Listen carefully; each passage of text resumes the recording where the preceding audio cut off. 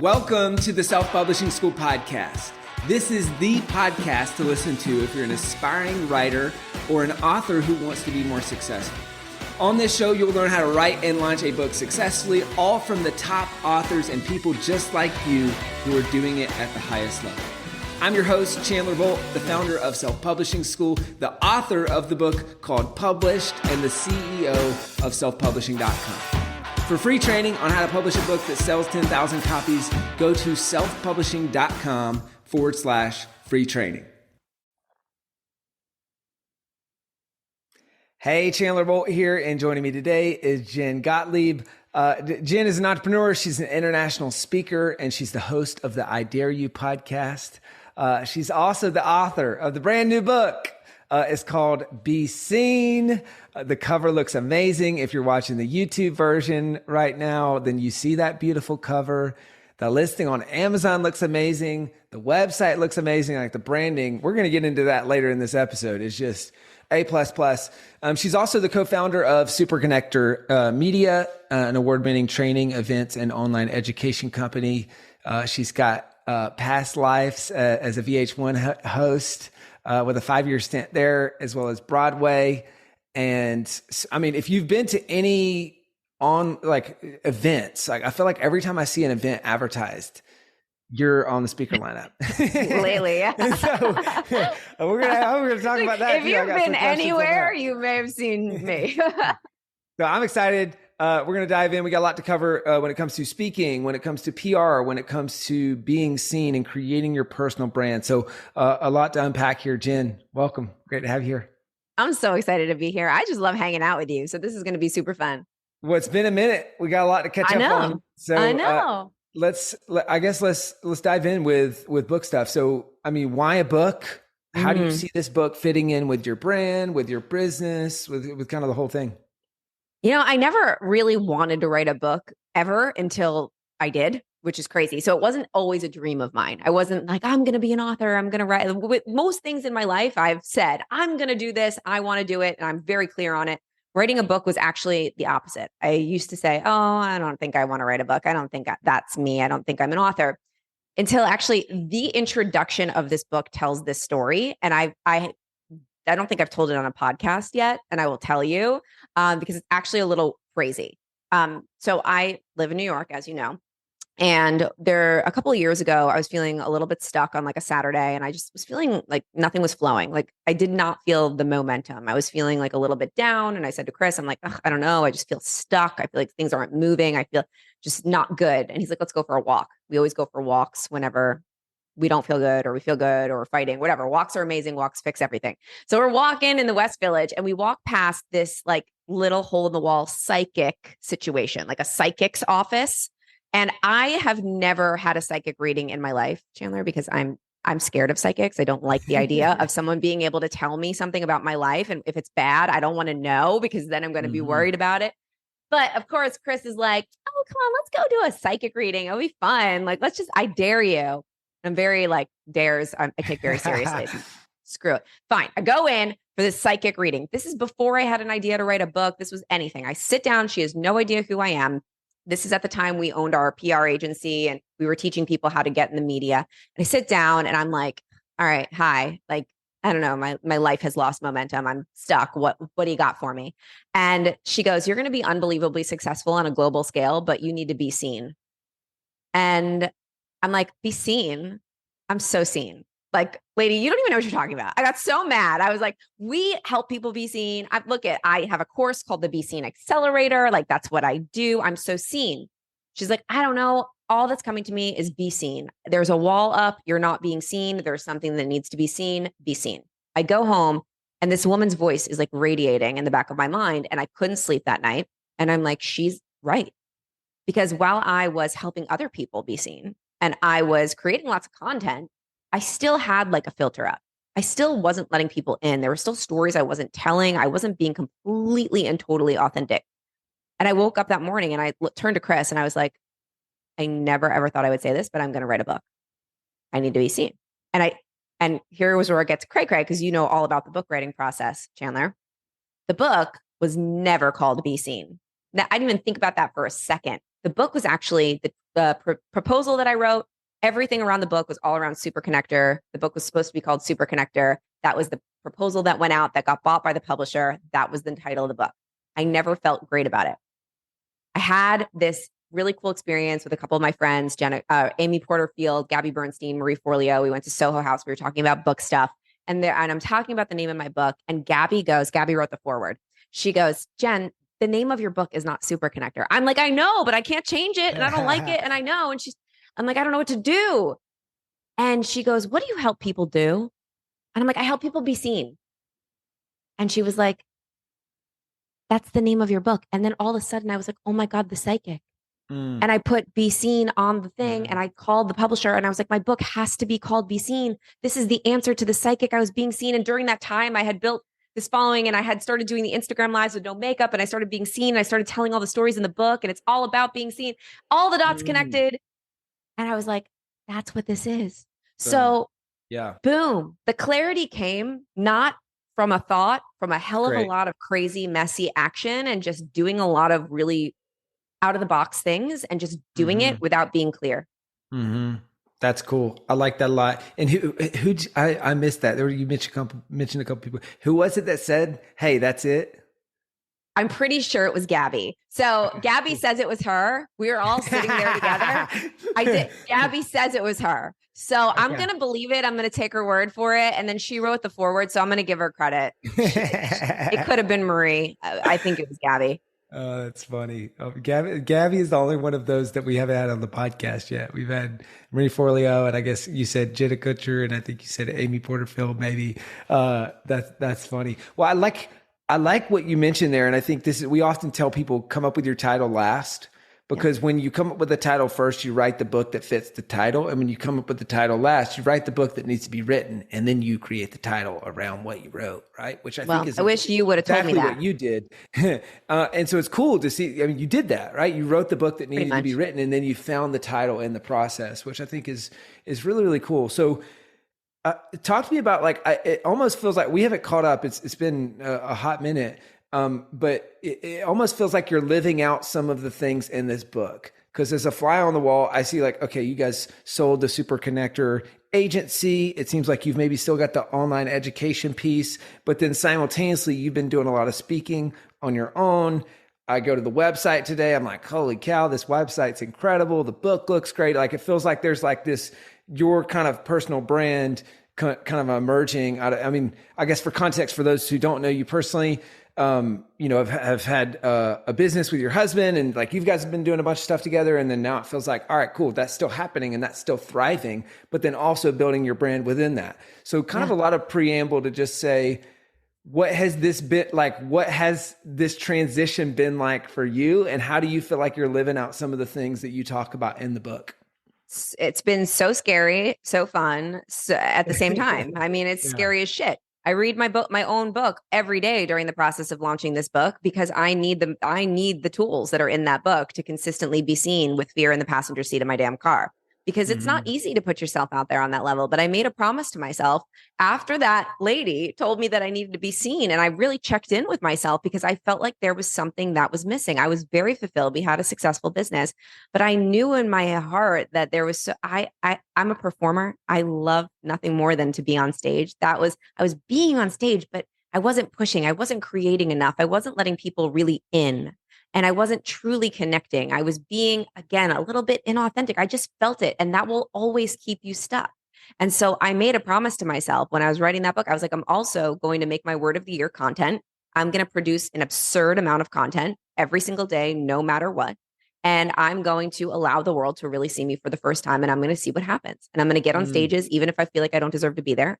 Even if I have imposter syndrome, I'm going to pitch myself to stages, even if I feel like I'm like, oh my God, I'm too scared to do this. I don't feel like I can be there. I'm going to get unbelievably uncomfortable and I'm going to do this. And I made a conscious decision. And along this journey of writing this book while building this brand, I'm not telling anybody to do anything that I didn't actually do in the real moments of this and everything that I learned as well as an actress, building that career. Because I think a lot of the biggest entrepreneurial lessons I've ever learned were during my acting career, lessons about rejection and persistence and and what not to do, what not to do when it comes to being seen and building a brand when you're faking it and you're pretending to be somebody that you're not. And so, yeah, I mean, I guess what my answer to you is yes, I've been living out what this book is specifically Mm-hmm. over the past year while writing it and now marketing it and allowing it to be seen to the world is like really at the peak of it. And Yeah. hopefully it'll be a little peak that will turn into an even bigger peak because I'm not done yet. Yeah, for sure. So meta. So That's, meta. that's fun. So uh, I want to go back to the agency piece. Like, was that an intentional part of this, or was that totally unrelated? Where you're like, hey, let's sell the agency. It was that, hey, I feel like I need to kind of, move on from that to be able to launch this more of a personal brand piece, or how did you guys kind of come to the decision for that? Something fun about me and Chris is we're quick starts. We're visionary type people. We are not strategic planners. Nothing that we plan really ever happens the way that we plan it. We just kind of do things. And Mm-hmm. we are, we do things on feeling, we do things fast.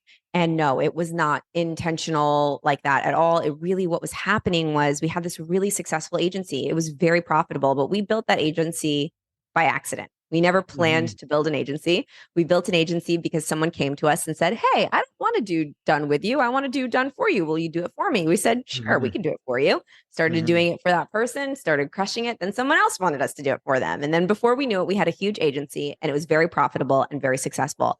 And we didn't really ever want one, nor did we really love it, but we're like, this is Right. working. Let's keep going. And, and I talked to so many entrepreneurs where this has happened. And then we wake up one day and we have this arm of our company that we like, but we don't love. And then the other side of our Mm-hmm. company that we were doing simultaneously was the education, the events, and empowering and teaching entrepreneurs to be able to get themselves out there, not just in mainstream media, but to build profitable brands, to be seen on social, to create authentic relationships that are win-win collaborations and getting themselves that credibility, that influence and authority, and really being seen and being visible. And we were watching our students get on Good Morning America and the Today Show and get on the biggest podcast and build brands and get these followers and all of these things happening for them and building $1 million businesses. And we were like, this is what we love. We love empowering and teaching people to be able to do it on their own and what happens as a result of that. So we were like not passionate about the agency that much anymore. And we were like, what could happen? This was a really difficult decision to make, Chandler, because when you have a successful company that's doing great, it's like getting rid of it Yeah. is hard. So Yeah. what could happen to our lives and Mm-hmm. us, like as humans and our company, if we took Mm-hmm. all of the energy that we're spending on something that we don't really love that much and put it into something that we did? And Hmm. so we made a decision very quickly and we're like, Mhm. we're going to sell the agency. And that Mhm. was it. Looking I don't back, know are if you that's glad that mine. Sorry, I look think it at that. was. I could barely hear it though. Mm. Looking back, are you glad that you did? Yeah. Yeah, unbelievably glad that we did. Yeah. Yes, for sure. I mean, I love my company now because we always talk about like spending the majority of your time in your zone of genius, and nobody's ever going to Mhm. be in their zone of genius full time. I mean, I Mhm. don't think that that's possible. Maybe it gets to that point, and when I do get to that point, I'm going to call you. I'm going to be like, oh my God, Chandler, I'm 100% in my zone of genius. But I'd like to Mhm. get there as close as I possibly can. And for me, Right. what I love to do is teach and speak and empower and be with Mhm. people and be that force of Mhm. inspiration and be teaching what I'm doing constantly and Mhm. not have to be necessarily managing teams. That's just not my zone. Yeah. So I'm so much happier here because it puts me Mhm. back into that place that I'm the most in flow, or what I like to call Mhm. in the book, I call it in the pocket. I'm in the pocket when Mm. I'm teaching. And so for our Mm. whole business to be education and events and me speaking and writing and creating content, I'm thrilled. It's so That's much more cool. in alignment. That's cool. I like that. And so, guys, grab the book, Be Seen, find out how you can get in the pocket with your book and with your business. That's fun. Because I was going to ask you about that, but it sounds like we can dive into the book and kind of go on a self discovery for people to figure out what that looks like for you, for your books, for your business. I don't know if you ever felt this way. I got one more question on just kind of this whole transition piece. It, I've had people kind of chasing me to acquire my company, and I've just keep turning it down. And I love what I'm doing, but I feel like there's this weird thing for me, and I'm curious if you experienced this, which is like a lot of identity attached in this thing. and a Yeah. lot of security attached to this thing. So it's both kind of this dichotomy of like, okay, sure, I'm not selling right now because I feel like it is a little bit more in the pocket for me. And that is like a long-term thing. But then I also find myself, because there was moments in the sales process where like, okay, for any number, like, what about this number? What about this number? What about this number? And I'm like, oh shoot. I think I'm just being like kind of illogical now. Cause then you start to go through this, who am I if I'm not in my business, and this reinvention thing, which I think some people do way better at than I do, which is like, oh, cool. This is exciting. I get to reinvent myself. I get this whole new kind of thing. And for me, it's like, oh man, like, I don't know. This is like really hard to build. Can I do it again? All that. Like, did you go through any of that stuff as you were kind of selling, or was it just kind of like so obviously, all right, hey, we built up this agency, doesn't fit with where I want to be. Like, let's sell that off. We can keep the core business, and now we've got this new thing emerging. Yeah, I think because we had the other piece of the company that I was so much more Sure. in. Like for you, it's like this is your one thing. Like for me, Right. I felt like I had two things. I really did. Mm-hmm. I felt like I had Mm-hmm. two things and I was bouncing back and forth between the two things. The agency pretty much ran itself Ah. and I was more so in Mm-hmm. the events and education, but I still had an agency and I still had to put energy there Yeah. and so it didn't really feel like that. But I will tell you Mm-hmm. that I get to talk to a lot of founders of startups. I get to talk to a lot of people who exit their companies, really big founders and have huge exits. And I will, if I could give you one piece of advice, here's what I would give you is to really, and I know you've been doing a good job at this, but I would double down on building that personal brand because here's what Mm-hmm. happens. I have seen business owners not build a personal brand and just build an unbelievably successful company. They put all their time and energy Mm-hmm. into building this superstar company. They get a huge exit for millions and millions and millions of dollars, sometimes billions. And then they want to go do something else. They want to raise again, they want to build something again, and they have zero audience. They have nobody following them for who they are as an entrepreneur. It's harder. And they don't also have that sense of, oh, I've got something else going on that I'm consistently creating content and doing and building. And I've got this audience that loves me for me, not just the company. They want to follow me for the expertise. And so I see people then try to build a personal brand after they've had the exit. It's a lot harder because there's a lot less content. How much more exciting is it to create content when you're building something to sell? Mm-hmm. So I tell every founder that's building something that possibly will have an exit, or even any founder at all in general, the best Mm-hmm. investment you can possibly make is in your personal brand because you will buy and sell companies and start and exit companies throughout your whole life. The one thing that you'll have Mm-hmm. the entire time, no matter what, is your audience that loves you for you and follows you for your personal brand that you've built. That is an Mm-hmm. asset. It's an asset that Mm-hmm. you own forever. I would start doubling down on that. Yeah. That's great advice. It's great advice because then at a certain point that becomes what you bring to the deals. Yes. And in the early days, it's probably sweat equity, and then at some point maybe it's financing deals or that sort of thing. But the brand is this kind of intangible, high leverage thing that you're building that you can put behind your book, you can put behind your business, you can put behind whatever it is that you do. That's smart. That's really good advice. I want to talk about, kind of the core of your book, right? Yeah. Be seen, find your voice, build your brand, live your dream. One interesting, I didn't even know this about you until I was preparing for this interview. VH1 host for 5 years, Broadway actress. I was telling you right beforehand, it's funny timing. I'm headed to New York tomorrow. I'm going to see a Broadway show tomorrow night, surprising my girlfriend there. She Amazing. doesn't know. By the time this episode comes out, the surprise will be out. So Yeah. You'll have seen it and loved it. Yeah. So it's a funny kind of a small world moment. But like, what from your time at VH1 and your time on Broadway as an actress, you kind of alluded to this earlier, where you're like, hey, I learned some of my best business lessons during that time. How do you feel like that helped you live out some of the things that you're talking about in this book? Getting clear on your message, like finding your voice, all those things. Yeah, because I did it all wrong. So this thing on VH1 that I did was 5 years on a TV show all about heavy metal music.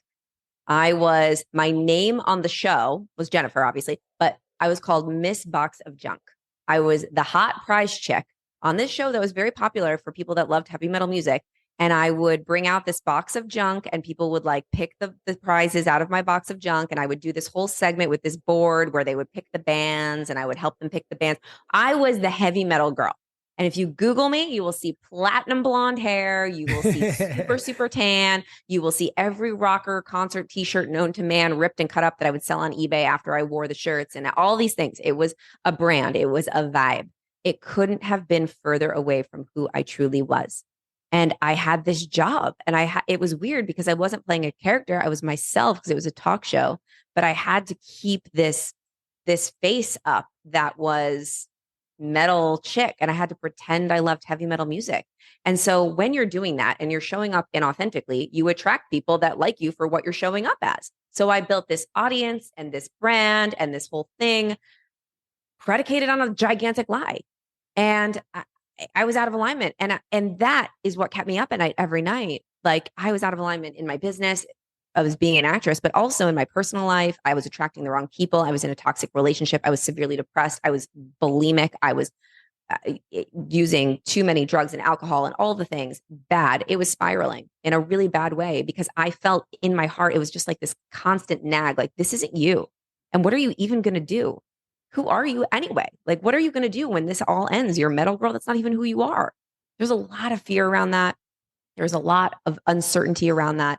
And then I truly believe that when you're out of alignment and you can't do it yourself, if you can't get yourself back into alignment, I believe from experience also that the universe, God, whatever it is you believe in, some kind of source outside of you will come in and smack you back into alignment. And a lot of the times it's not going to be very fun and it's going to hurt. And everything got taken from me in a very short amount of time. The show got canceled. The guy thought I was going to marry left me for one of my friends. And I'd been such a mess that I'd spent all my money and I had really nothing left. And I found myself with no show, no relationship, and living in like this tiny little room and in this apartment with 6 other actors with a window that faced a wall. And I didn't know who I was or what I was going to do.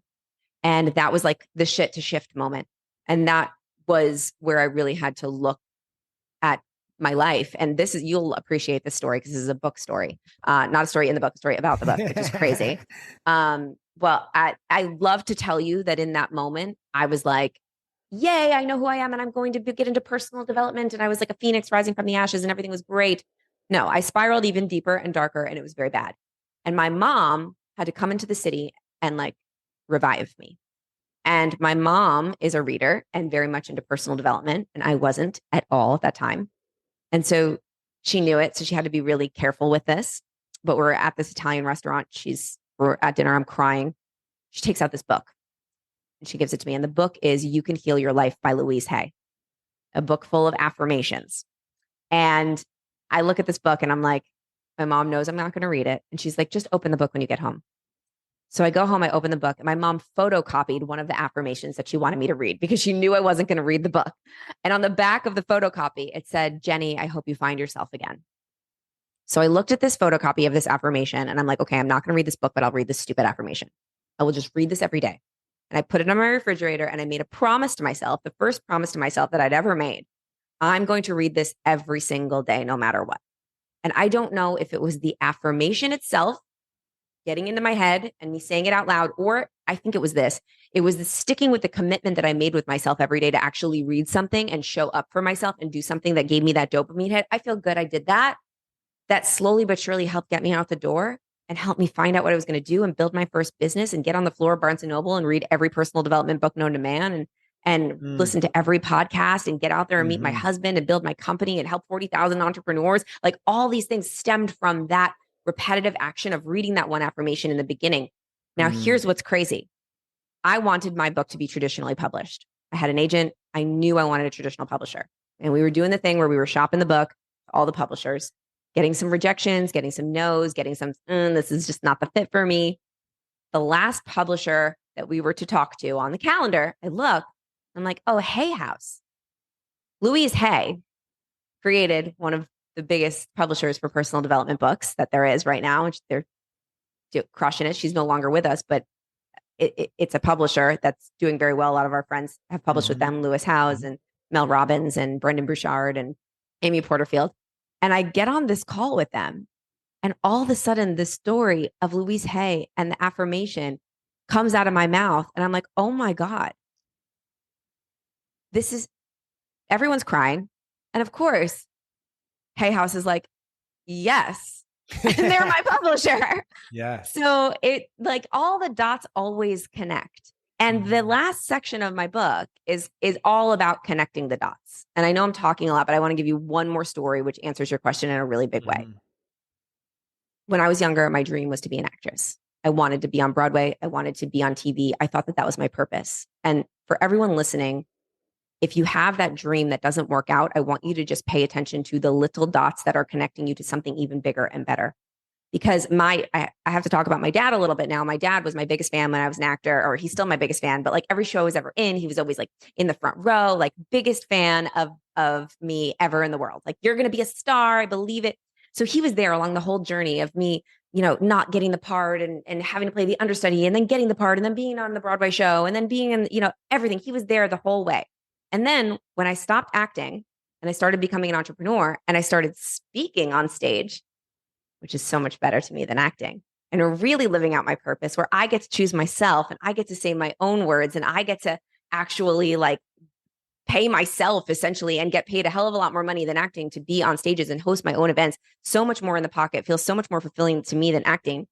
My dad has never actually been able to see me do that because my dad has multiple sclerosis and he can't travel. So while he's been able to be in every front row of every show I've been in, he never got to see me speak. So last year, I got to speak in Florida where he lives. And I got invited to do this really big real estate event and speak in front of all these real estate investors. And my dad walks with a cane. He's like, Jenny, I do not care how big that casino is. I'm going to walk with my cane all the way to that event. And I'm going to sit in the front row and watch you speak. So my dad's sitting in the front row of this talk. And I've got all these big real estate investors like visualizing and crying. And like I'm moving, and my dad is sitting there bawling his eyes out. And I get off stage and we get in the car and we're driving home. And my dad looks at me and he goes, hey, Chandler Bolt here. I hope you're loving this episode so far. It's time to go from inspiration to implementation. All right, so if you've learned something, we want to help you implement what you've learned with your book. So what I want you to do right now is go to selfpublishing.com/schedule, book a publishing consultation with one of the experts on my team. We'll talk about your goals for your book, your dreams, your challenges, your next steps, and we'll start putting together a plan. All right, so go to selfpublishing.com/schedule, book a call with the team. Let's see how we can help with your book. It's time to implement. This is what it was all for. It all makes sense now.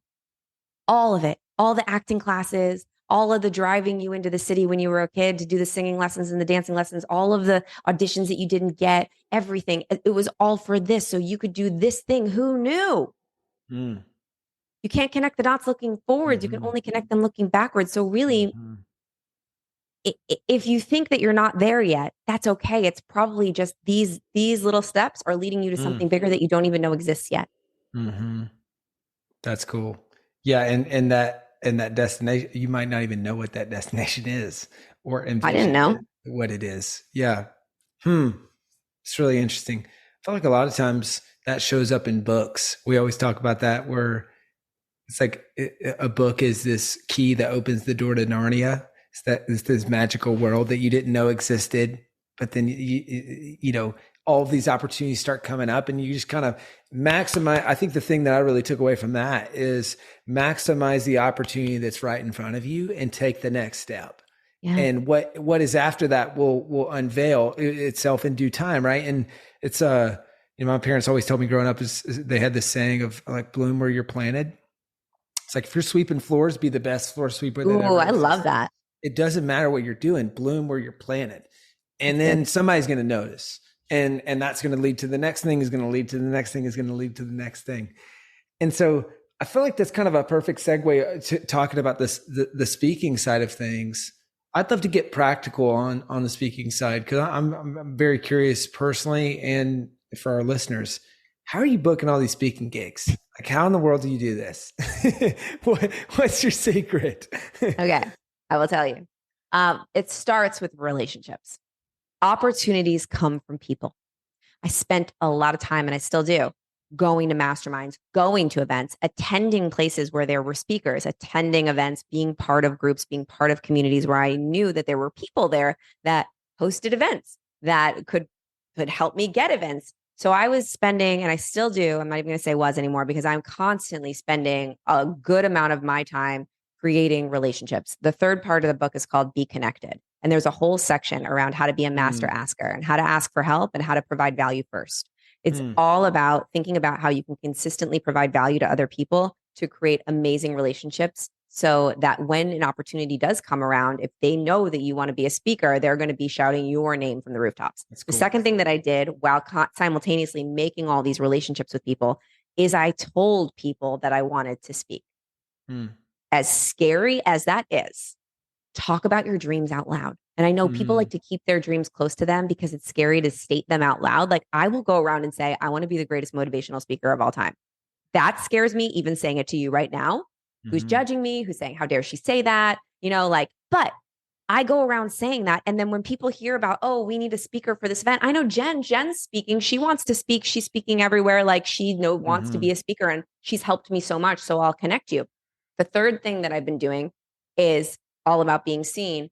I create an insane amount of content of me speaking on stages. I want to be a speaker, so I need to show mm, people that I'm mhm, speaking.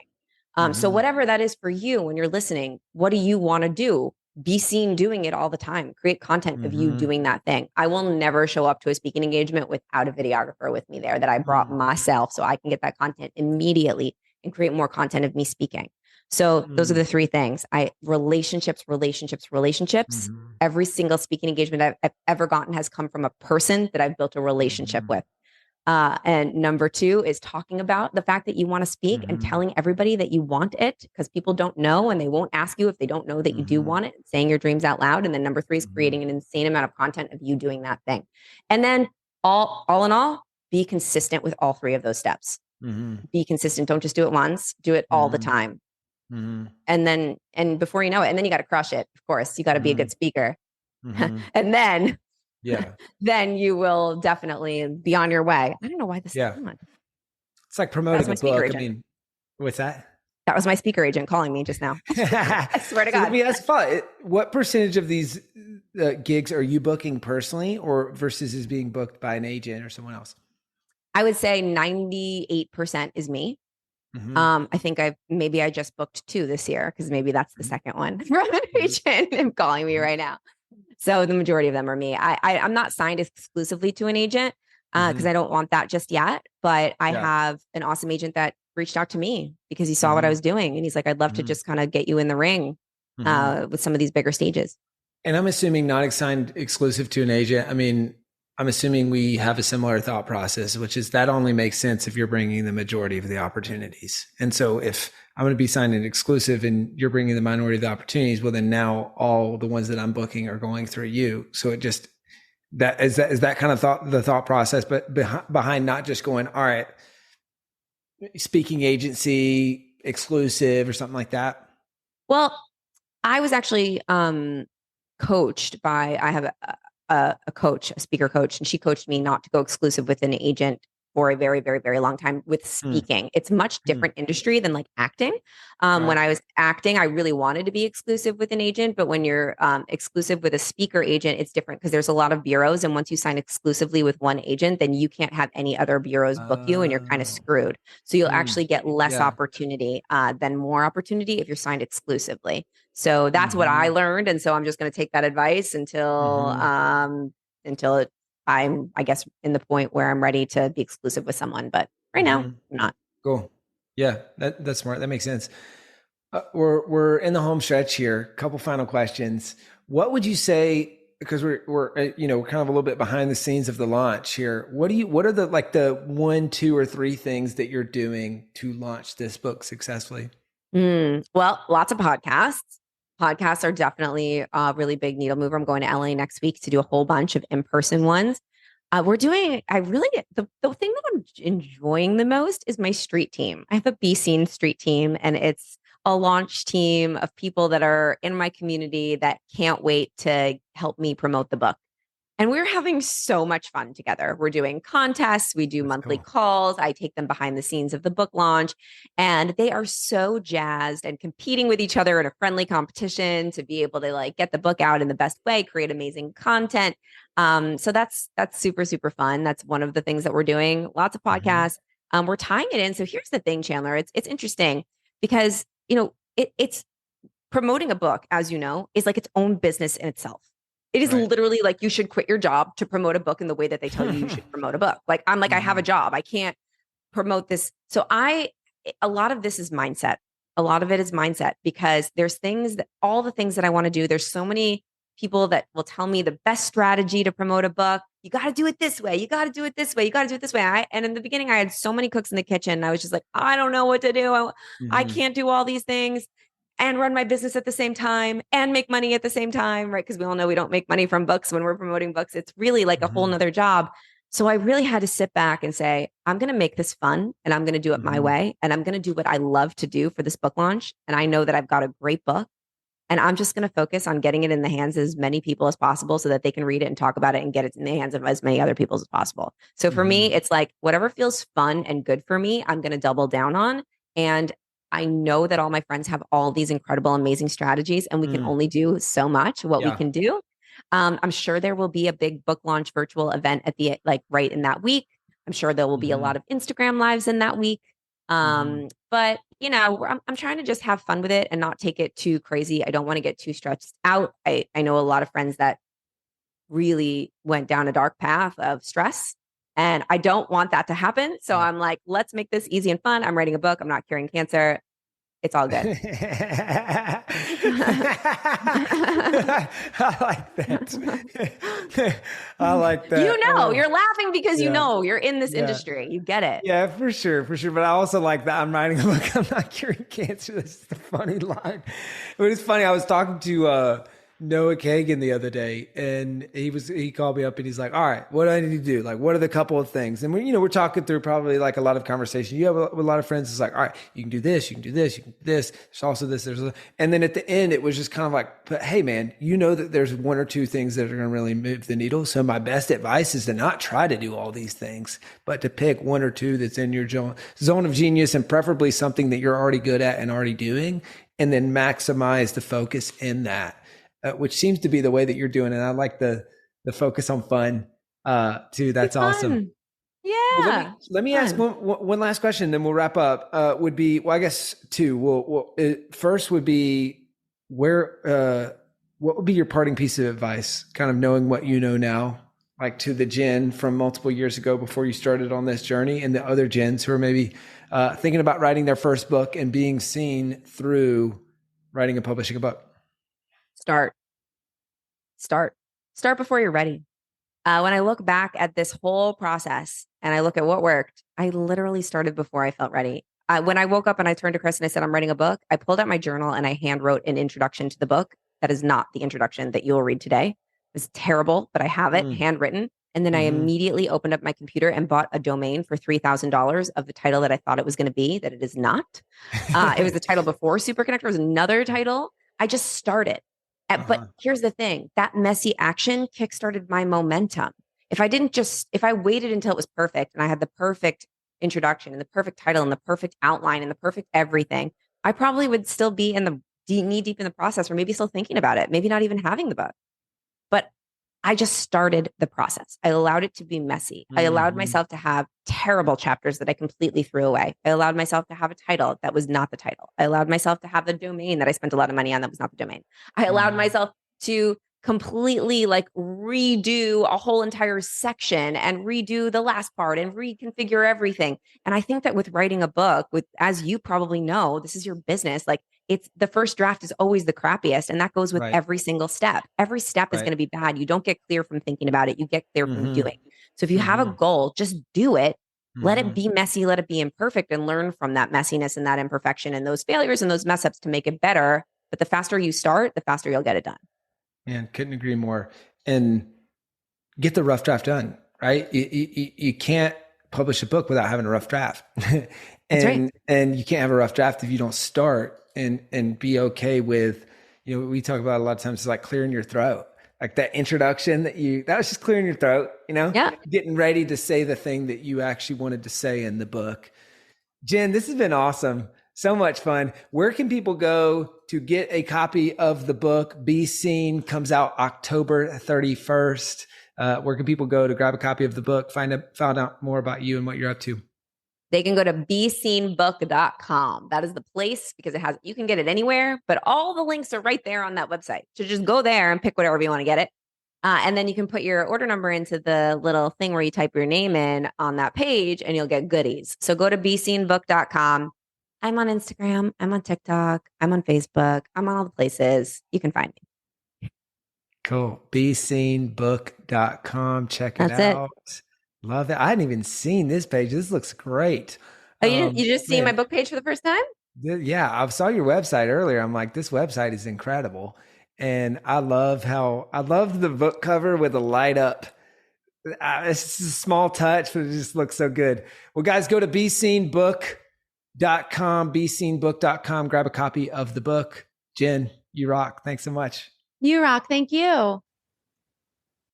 Thank you so much for watching or listening to this episode of the Self-Publishing School podcast. I know there's so many places that you can be spending your time. There's other podcasts that you could be listening to, YouTube channels that you could be watching. So thank you so much. It means the world. Now, I want you to do 3 things right now if you found this episode helpful. All right, number 1, I don't know if you know this, but we've got a YouTube channel. It's a companion channel to this podcast. All the video versions of the episode are on the YouTube channel. So number 1, subscribe to the YouTube channel. Number 2, if you're listening to this podcast wherever, whether this is Spotify, Apple Podcasts, number 2, I want you to subscribe to this podcast right now so you don't miss a future episode. And then number 3, this is probably the most important, leave a review on the podcast. All right, reviews are super important and help this podcast get discovered by other people. So number 3, leave a review on the podcast. Thank you so much. I'll see you in the next episode. If you're on the fence about scheduling a publishing consultation call with my team, maybe you're not quite ready for that, I've got some free training that I think will be really helpful for you. All right, all you have to do is go to register to sign up. Go to selfpublishing.com/free training. When you do, you're also going to get a free digital copy of my new book, Published. And on that training, you're going to learn the next steps, so how to implement with your book. So how to write, how to publish, how to launch successfully. So go to register right now at selfpublishing.com/free training. I'll see you there.